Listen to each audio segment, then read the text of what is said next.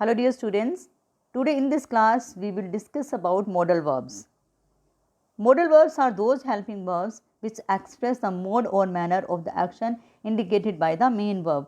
जो modals होते हैं वो एक टाइप से helping verbs होते हैं जो main verb के द्वारा indicate की गई action के mode और manner को हमें express करते हैं. तो mode और manner कौन सा होता है वो, जैसे किसी चीज़ की ability, possibility and probability, permission or obligation.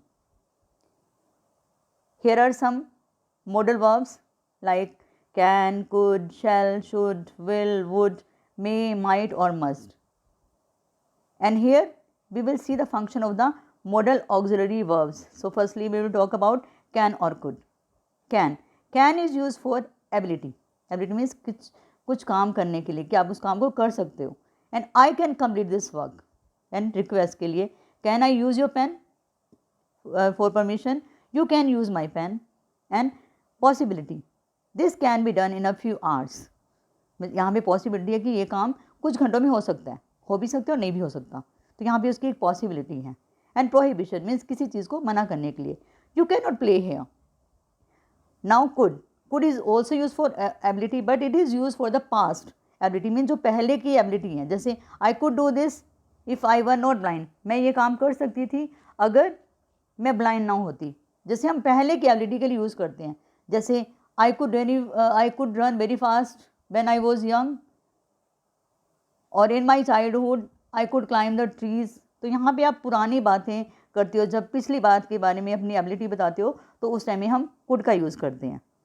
Then polite request, अब जैसे could you lend me your pen, जब हमने किसी को पोलाइट रिक्वेस्ट करनी है तो ज़्यादा जब मतलब कि जैसे हम उसको थोड़ी सी और रिक्वेस्ट करते हैं तो हम क्या बोलते हैं, could you lend me your pen. And possibility के लिए it could be done if rain didn't interrupt. और advice के लिए हम could क्या यूज़ करते हैं, you could consult a specialist. मतलब तुम एक स्पेशलिस्ट को कंसल्ट कर सकते थे, तो यहाँ पे पास वाली बात हो रही है. एंड परमिशन के लिए could I go to the movie dad. अब यहाँ पे परमिशन मांगी जा रही है. And for desire I wish I could become a scientist. Now may or might. May is used for permission. अब क्लास में आप कितनी बार पूछते हो, may come in ma'am, may come in sir. And possibility means it may rain today. तो may की जो possibility ज़्यादा होती है, might को भी हम possibility के लिए यूज़ करते हैं लेकिन जो may की possibility हो वो ज़्यादा होती है. और prayer के लिए यूज़ करते हैं हम may को, जैसे may God bless you. And wish के लिए may you live long. And might is used for speculation. Means आप किसी चीज़ का अंदाज़ा लगाते हो. He might have done it if he had a chance, कि अगर उसको चांस मिलता तो वो ये कर सकता था. मीन्स यहाँ पे आप वो कर भी सकता था और नहीं भी कर सकता था, तो यहाँ पे एक स्पेकुलेशन, आप एक थोड़ा सा अंदाज़ा लगा रहे हो. And for suggestion you might travel by air then by road. And then permission के लिए might I say a few words. And then reproach के लिए you might tell the truth. And order you might leave the room now. Now the use of shall or should. Shall is used for future. अब कई बार हम बोलते हैं कि shall is eliminated, कि अब shall का यूज़ नहीं करते, लेकिन फिर भी अगर ग्रामर में देखा जाए तो हम shall का यूज़ करते हैं फॉर फ्यूचर के लिए. जैसे I shall visit your place tomorrow. और कंपल्सन के लिए किसी चीज़ की मतलब कि जैसे हम किसी को मजबूर करते हैं, जैसे you shall do it now, तुम्हें अभी करना है, तुम इसको अभी करोगे. Determination, the army shall fight to the last. अब यहाँ पे आर्मी के साथ में हमने शेल लगाया है क्योंकि हम यहाँ पे जो उसकी डिटर्मिनेशन है, एक वो डिटर्मिन हो रहा है कि जो army shall fight to the last, जो आर्मी है वो लास्ट तक लड़ेगी. And order you shall not make a noise here. मतलब जब आप किसी चीज़ को ज़्यादा दबाव देके बोलते हो तो उस तब हम वहाँ पे यू विल की जगह हम यू शेल लगाते हैं. एंड देन एश्योरेंस के लिए the cadets shall fall in at 6 PM. Command के लिए shall I pick you up on the way. और डिज़ायर के लिए shall I pick you on the way. And then permission के लिए shall we visit the zoo. And then should. अब should को कैसे यूज़ करते हैं हम, एडवाइस के लिए, ये तो हम मोस्टली यूज़ करते हैं. And we should listen to our elders. है ना. Then possibility, he should be in the house now. Possibility means कैसे कि वो उसको इस वक्त घर पे होना चाहिए. He should be in the house now. And request, should you like to come with me. और परमिशन के लिए यूज़ करते हैं हम should I wake you up at dawn. And duty के लिए student should prepare their lessons. And then we will talk about will or would. And will is used for future. They will leave tomorrow. And for habit, she will sit up the whole night. And request के लिए will you please show me the way. Order, will you keep quiet.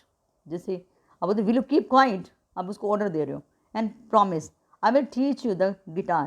और warning, जैसे I will teach you a lesson. अब देखो जैसे यहाँ पे promise में तो हम बोलेंगे I will teach you the guitar, और वार्निंग में I will teach you lesson. तो थोड़ा सा यहाँ पे बोलने का डिफरेंस हो जाएगा. And then determination, I will not surrender, कि मैं अपने आप को उसके हवाले नहीं करूँगी. And then possibility, you will miss a train. Then अब हम वुड का यूज़ करते हैं. Would is also use for desire. I would like to have a cup of tea. And determination, nobody would agree with you. And for invitation, would you like a cup of tea. And habit के लिए my father would bathe in pond. And then request, would you help me with this work. अब wish के लिए किसी के लिए हम कामना करते हैं, I wish they would stop teasing me.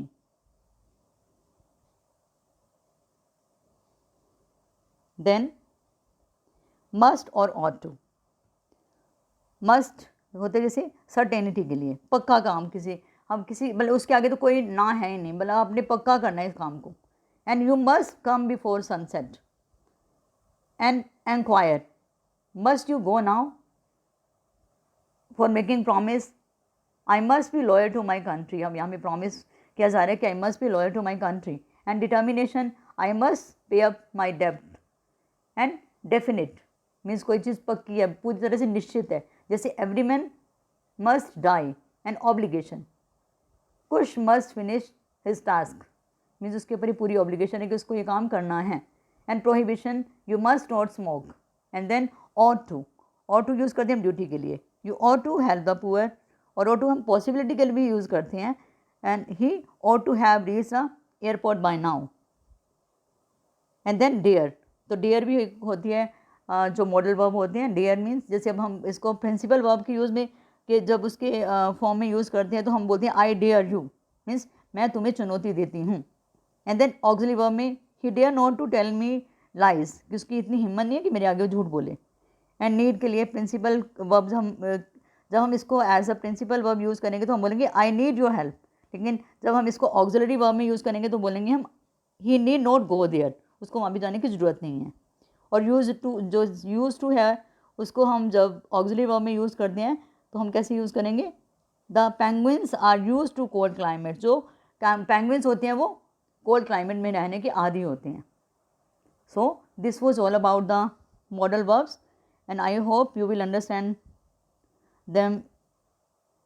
Okay, this was all about the model. Thank you children.